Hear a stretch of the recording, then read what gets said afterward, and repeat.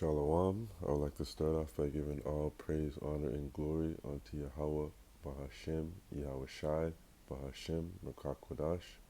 Double honors to the apostles, elders, and bishops of Great Millstone.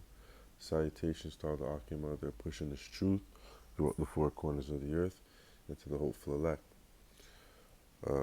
The title of this video is either going to be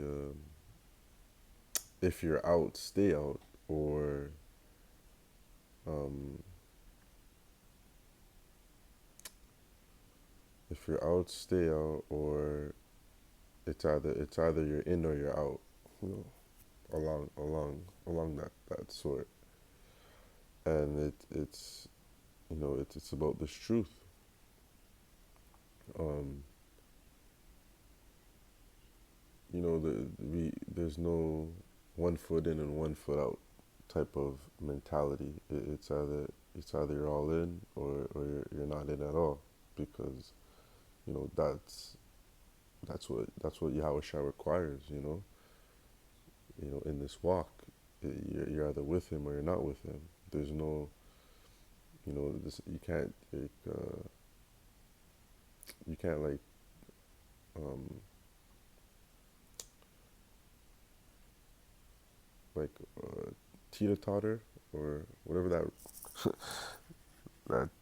that thing at the playground that the children use. It goes up and down. That's kind of like what I'm referring to. It's either you're in or you're out. That's basically. So I just wanted to get a few precepts that go along with that topic. And I want to start with Genesis 19 and 24. And it reads, Then the Lord, Yahweh, Bashem Yahawashi, rained upon Sodom and upon Gomorrah, brimstone and fire from the Lord, Yahweh Bashem Yahawashi, out of heaven. And he overthrew those cities and all the plain, and all the inhabitants of the cities, and that which grew upon the ground. But his wife looked back from behind him, and she became a pillar of salt.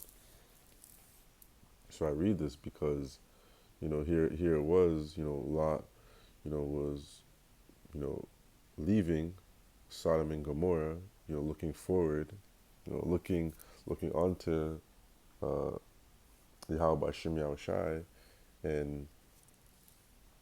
and his wife, decided that she wanted to look back. She wanted to look back onto that city because of she was missing all the riches that she had, and what she had in that place. And that's how it is within this truth. Um, you would come into this thing, and we're faced with many temptations, because we're trying to follow Yahweh Shem Yahshai to the best of our ability, but at the same time we're still in this, we're still in these these sinful bodies, we're still in this wicked kingdom. So I say that because we can't be looking back at we can't be trying to indulge in things that we know that we're not supposed to, and partaking in things that we're not supposed to. Hence why we can't look back like Lot's wife. We just have to be all in, like the game of poker. When you're betting, you're placing your chips on the table. You have your cards in your hand. That's how this truth is. We hold this truth near and dear to us, near and dear to our hearts, and we have to put all our chips in for Yahweh Hashem Yahawashi, and we just have to go all in. We can't be putting one chip in and then keeping everything else in your hand. It's an all in mentality. It's all or nothing.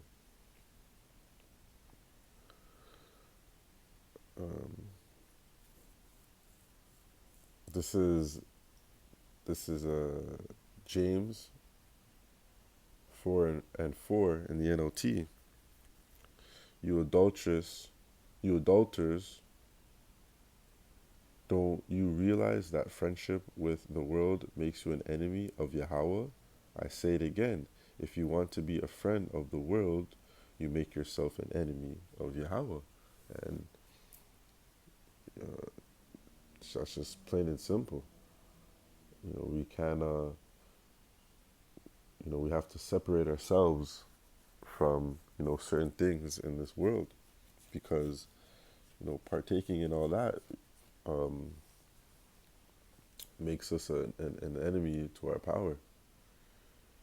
You know, for example, like eating unlawful foods, eating, shrimp and lobster and pork, or you know, smoking or and doing all kind of weird and wicked drugs. Um, by partaking in those things, the Lord is looking at us, that we're not with Him. We're not on His side. We're going against Him because of the things that that we you know indulge in, and we're to stay away from certain things in this truth. There's you can't have that mindset where, okay, one day, you're gonna you're gonna eat pork, for example, and then you say, okay, next week I'm not going to, and then you're at a friend's house and they ordered pepperoni pizza, and then you're saying, you're hungry, so I'm gonna eat it this one time. Like, that's you can't that's flip flopping, and uh, the most high isn't pleased with that type of stuff. We have to stay grounded. Uh, you know, Smoking weed. I was one of those heavy weed smokers prior coming into the truth, and once you find out that it's not right, you have to stop. But depending, yeah, I find for myself, you stop, you don't do it anymore. But we live in, you know, here in Canada, Toronto to be specific, and that shit's legalized. Like, there's there's dispensaries on every block, and it's constantly around you, and you have to know how to just deny it. You know, you have to know how to just stare that shit in the face, and just not want anything to do with it. That's sometimes the best way with dealing with certain things, is just staring at it, is just looking at that problem head on, and and not giving in, and that all stems from fear. That all stems from having fear of Yahawashi, that if you're to go back into certain things, that the Lord will severely judge you for that, because you know better. Before you didn't know, but now you know. So to go and do it, the Lord could just punish you. You could partake in it that one time and just get fucked up off of it. So yeah, that all comes from having fear of the Lord, to not want to partake, and to not be half-assing, to be all in. This is First John 2, verse 15 in the NLT. Do not love this world, nor the things it offers you. For when you love the world, you do not have the love of the Father in you. For the world offers only a craving of physical pleasure, craving for everything we see and a pride in our achievements and possessions, these are not from the Father, but from this world. And that's just like how Lot's wife was. She was, craving those things that she had, back in Sodom and Gomorrah. Whatever achievements and possessions she had, she had, that's what she was looking back at, and she was looking back at, and for doing so, she was destroyed. Turned to a pillar of salt. So we have to have that same mentality as Lot, and not crave for these certain things, the certain possessions and achievements of this world, because at the end of the day, it's meaningless, and it means nothing. We strive for salvation. That's the goal. We wanna make it out of here. We want to be of the Lord's elect. Verse 17, and this world is fading away along with everything that people crave, but anyone who does not please Yahweh, but anyone who does what pleases Yahweh will live forever. You know, and that's what's promised unto us. You know, it is, we're gonna live forever. If we make it, through the things that we are faced with, right now.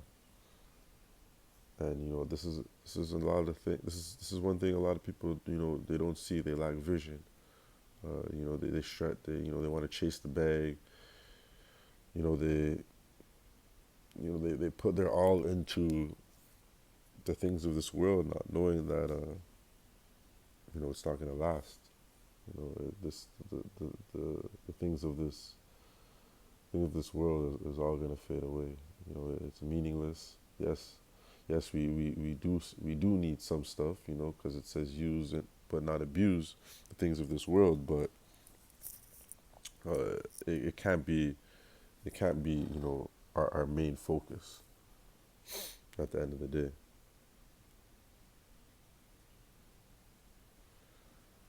This is Micah 2:10.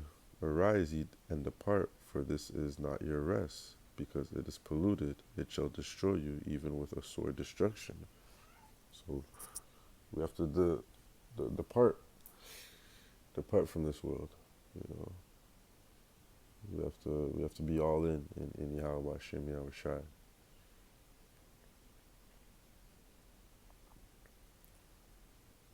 This is Matthew 6:24. No man can serve two masters, for either you will hate the one and love the other, or else he will hold to one and despise the other. You cannot serve Yahweh and Mammon. And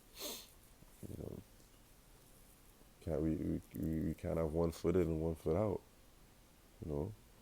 It's either you're in the truth or you're out the truth.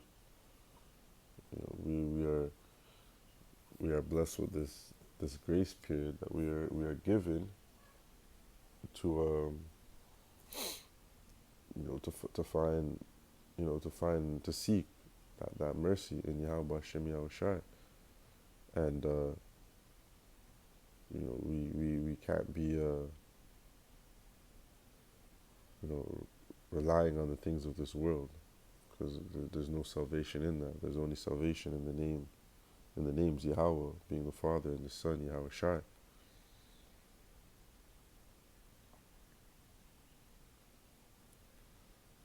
This is Luke 9:59 in the NLT. And it reads, he said to another person, come, follow me. The man agreed, but he said, Lord, first let me return home and bury my father. But Yahawashi told him, let the spiritually dead bury their own dead. Your duty is to go and preach about the kingdom of Yahweh. Verse 61, another said, yes, Lord, I will follow you, but first let me say goodbye to my family. And that's the mentality of a lot of Jakes out here. Especially ones that know of the truth, that know that they're Israelites, that that that know the names of Yahweh, Hashem, Yahawashi. They say, let me accomplish what I need to accomplish now. Let me get to a certain status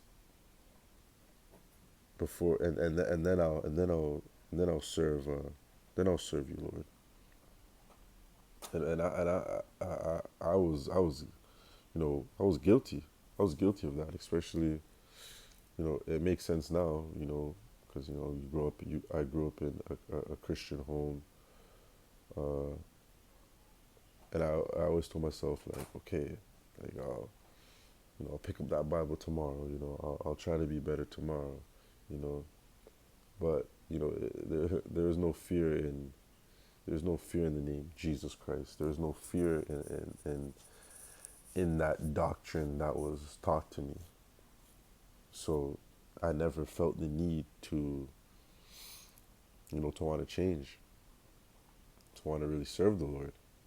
Whereas, you know, the Lord blessing me with this truth, now there's that need, that itch, that fear to want to serve Yahweh Bashem Yahawashi.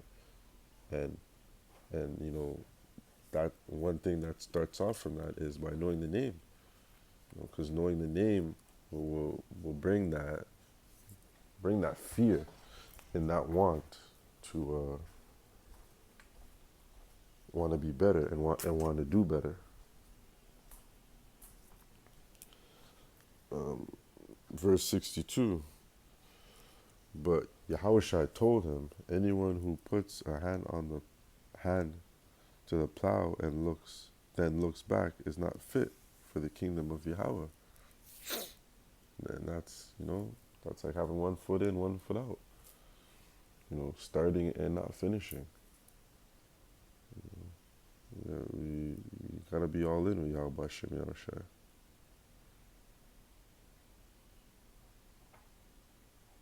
And closing precept, I'm going to read Luke 17 and 22.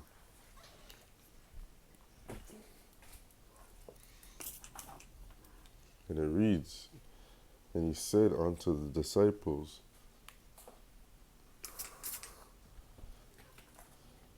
the days will come when ye shall desire to see one of the days of the Son of Man, and ye shall not see it. And they shall say to you, see here and see there, go not after them, nor follow them.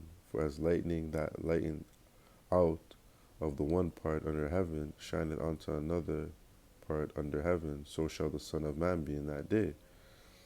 But first must he suffer many things and be rejected of this generation. That's exactly how a lot of us are. We are rejected, from this world and from society because of our beliefs and what we think. For the mentality that we have. Verse 26, and it was in the days of Noah, so shall it also in the days of the Son of Man. They did eat, they drank, they married wives, they were given in marriage until the day Noah entered into the ark, and the flood came and destroyed them all. Likewise also it was in the days of Lot. They did eat, they drank, they bought, they sold, they planted, they builded. But the same day that Lot went out of Sodom, it rained fire and brimstone from the heaven and destroyed them all. Even thus shall it be in the day when the Son of Man is revealed, in that day in which shall be upon our housetop, his stuff in the house, let him not come down and take it away, and he that is in the field, let him likewise not return back. Remember Lot's wife. That's the point. We have to. You can't get caught up. We can't get caught up in all these things. the things of this world, because that shit like that's gonna get us destroyed. It's to stay focused at all times, and and just you got to be all in. It's either you're in or you're out. There's no there's no in when it's only there's no being in when it's only convenient, and that's how a lot of Jakes are gonna be. When things really start ramping up, when Jacob's trouble, is out here, and when society basically shuts down, when you don't have the freedom to just do whatever the hell you want to do, that's when a lot of Jake is gonna want to get right, and the doors of mercy could be closed by that time. So now was that time to get right with Yahawashi Yahawashi. Now is the time to be in this thing, to be in this truth. But it can only be given to you. It's not for everybody. So yeah, that's basically the point of my video. I pray it was edifying. I would like to give all praise, honor, and glory unto Yahweh, Bahashim, Yahawashi, Bahashim, Rakak Kodash, and double honors to the apostles, elders, and bishops of Great Millstone, and salutations to all the Akim out there pushing this truth throughout the four corners of the earth.